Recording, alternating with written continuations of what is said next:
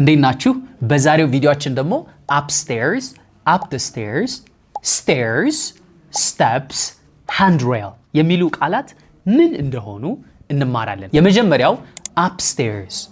upstairs የሚያመለክተው ፖዚሽንን ነው፣ ከፍታን፣ ከላይ መሆንን። ለምሳሌ እኔ ያለሁት ግራውንድ ላይ ሊሆን ይችላል፣ አንደኛ ፎቅ ላይ ሊሆን ይችላል። ከኔ በላይ ያለ ሎኬሽን ቦታ upstairs እንለዋለን። እሷ ከላይ ናት። she is upstairs. እሱ ከላይ ነው። he's upstairs. እሷ ከላይ ያጠናች ነው። she's studying upstairs. so ፎቁን exactly መጥቀስ ከፈለጋችሁ ግን ለምሳሌ she's upstairs on the second floor ማለት እንችላለን። ሁለተኛ ፎቅ ላይ ናት እያለን ነው። she's downstairs on the first floor. እሷ አንደኛ ፎቅ ላይ ከታች ናት እያለን ነው ማለት ነው። ሌላው ደግሞ ለዳይሬክሽን መጠቀም እንችላለን። ወደ ላይ ስንል ለምሳሌ I'm going upstairs ካልኩኝ ወደ ላይ እየወጣው ነው። she's going upstairs. let's go upstairs. ወደ ላይ እንውጣ ማለት ነው። ለምሳሌ I go home ትሉ የለ ልክ I go home እንደምንለው I go upstairs ማለት ወደ ላይ ወጣው ማለት I'm going upstairs. she's going upstairs. ወደ ታች ከሆነ በተቃራኒው downstairs ይባላል ማለት let's go downstairs. እንውረድ ወደ ታች።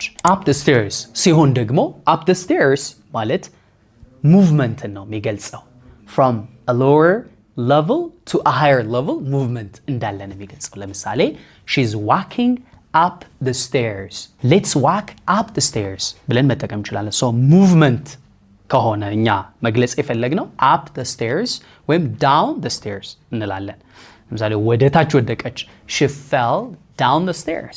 በደረጃዎች ወደ ታች ወደቀች ማለት ነው። so በደረጃዎች እየወጣችሁ ከሆነ I am walking up the stairs ትላላችሁ። በደረጃዎቹ ላይ እየሄዳችሁ ከሆነ ማለት ነው። ወደ ላይ እየሄድኩ ነው ከሆነ ግን ቅድም እንዳለው I'm walking upstairs እንላለን። so upstairs ስንል መዳረሻችንን ወይም ደግሞ ወደ ላይ እየሄድን እንደሆነ አቅጣጫውን ለመጠቆም ነው።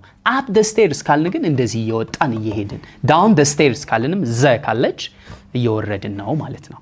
that's it.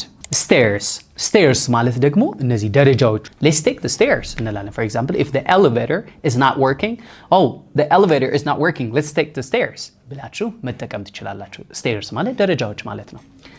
steps ካልን ግን flat ፓርቱ የስቴሮቹ flat part steps ይባላል። for example be careful with the steps, they're slippery እንላለን። ተጠንቅቀህ ደረጃዎቹን ያንዳልጣሉ እያለን ነው ማለት ነው። he's sitting on the steps outside the building ብለን እንደዚሁ መጠቀም እንችላለን ማለት ነው። got it.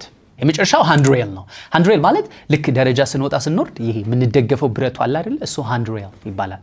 so hold the handrail when going upstairs or when walking up the stairs ብለን መጠቀም እንችላለን። okay, so that's all I have for today. Thanks so much for watching. I'll see you next time.